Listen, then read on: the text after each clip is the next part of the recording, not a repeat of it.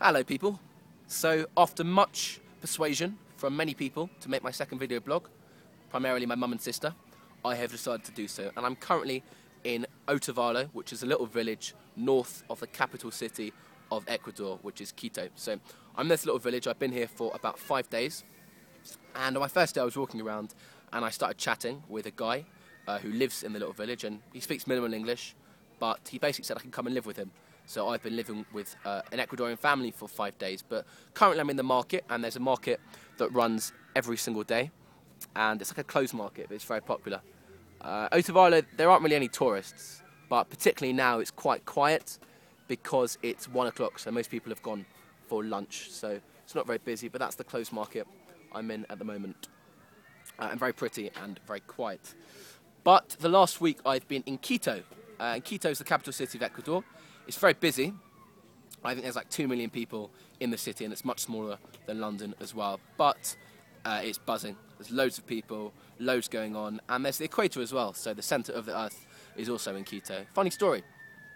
I was queuing up for the equator to go in, to stand on the centre of the earth. And there's a $2 admission charge, but it was quite a cold day, and being a tourist I was wearing sunglasses and a hat.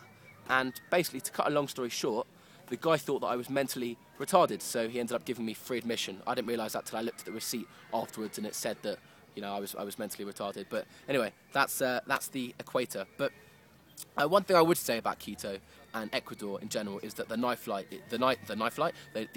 is so much better than in London. I mean, in London, people go out clubbing. They club in little groups. So you've got a group of friends, and they end up clubbing in like a little circle, dancing together. But what's the point of that? I mean, if you want to dance with your friends with music, then just put on the radio and stay in your own house, because it just creates a really awful atmosphere. But when you go out clubbing in Quito, everyone finds themselves a partner.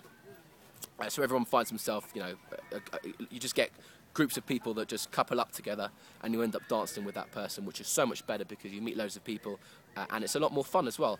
Unfortunately, it didn't work out as well for me as I had expected. I was put with I managed to find myself with rather a large lady that I was grinding with for about half an hour. I didn't know how to say, sorry, I've got to go. After half an hour of being bombarded by her bum against me, I managed to find the words agua, agua, so I went to go and get some water and I left her. But unfortunately, that's the way it turned out for me. Yeah, clubbing in Quito is fantastic. I've been here in the village for a couple of days. It's so cheap. You can get a big meal for 60p. You can get chicken, you can get rice and fried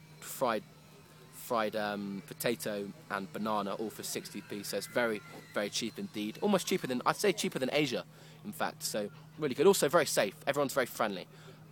Well, I mean, I think they're friendly. I can't actually speak any Spanish, but people generally come up to me and say hello and ask me all these different questions. I mean, they might be swearing at me for all I know, but it's very nice. People are very friendly and generally very hospitable.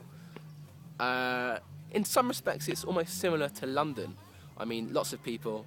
It's very busy. It's quite fashionable. People are walking around with different designs, even in this remote village in a remote part of Otavalo. In some respects, it's not similar to London at all, but that's that. For example, I saw a 14-year-old breastfeeding her second child, which is obviously not something you'd see on the London Underground. But yeah, that's what I'm doing at the moment, and I'm living with a family, and I'm trying to pick up a bit of Spanish. I've got a Spanish phrase book as well, so I'm trying to learn a bit of Spanish just so I can get by.